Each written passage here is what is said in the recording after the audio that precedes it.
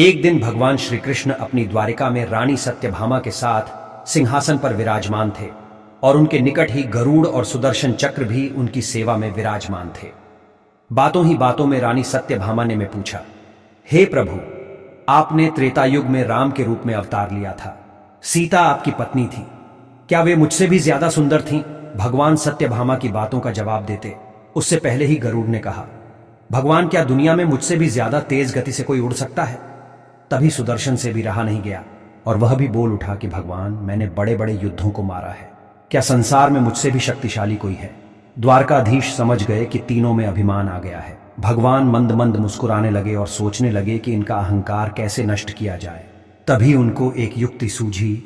भगवान मंद मंद मुस्कुरा रहे थे। वे जान रहे थे कि उनके इन तीनों भक्तों को अहंकार हो गया है और इनका अहंकार नष्ट होने का समय आ गया है। ऐसा सोचकर उन्होंने गरुड़ से कहा कि हे गरुड़, तुम हनुमान के पास जाओ और कहना कि भगवान राम माता सीता के साथ उनकी प्रतीक्षा कर रहे हैं। गरुड़ भगवान की आज्ञा लेकर हनुमान को लाने चले गए।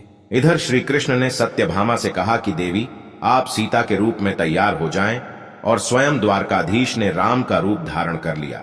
तब श्री कृष्ण ने सुदर्शन चक्र को आज्ञा देते हुए कहा कि तुम महल के प्रवेश द्वार पर पहरा दो और ध्यान रहे कि मेरी आज्ञा के बिना महल में कोई भी प्रवेश न करने पाए। सुदर्शन चक्र ने कहा, जो आज्ञा भगवान और भगवान की आज्ञा पाकर चक्र महल के प्रवेश द्वार पर तैनात हो गया। गरुड़ ने हनुमान के पास पहुंचकर कहा कि हे वानर श्रेष्ठ, भगवान राम और माता सीता ने आपको बुला है, आप मेरे साथ चलिए, मैं आपको अपनी पीठ पर बैठाकर शीघ्र ही वहां ले जाऊंगा। हनुमान ने कहा, हे गरुड़ जी, आपको धन्यवाद जो आपने मेरे प्रभु का संदेश मुझ तक पहुंचाया। आप चलिए, मैं आता हूं। गरुड़ ने सोचा, पता नहीं यह बूढ़ा वानर कब पहुंचेगा। खैर, मुझे क्या कभी भी पहुंचे, मेरा कार्य तो पूरा हो गया, मैं भगवान के पास चलता हूं। यह सोचकर गरुड़ शीघ्रता से द्वारका की ओर उड़ चले। लेकिन यह क्या, महल में पहुंचकर गरुड़ देखते हैं कि हनुमान तो मुझसे पहले ही पहुंच गए। महल के प्रवेश द्वार पर पहरा देते सुदर्शन चक्र ने हनुमान को रोक लिया और कहने लगे, प्रभु की आज्ञा के बिना कोई भी अंदर नहीं जा सकता। हनुमान जी कहते हैं, मुझे मेरे प्रभु श्री राम ने बुलाया है, मुझे अंदर जाना है।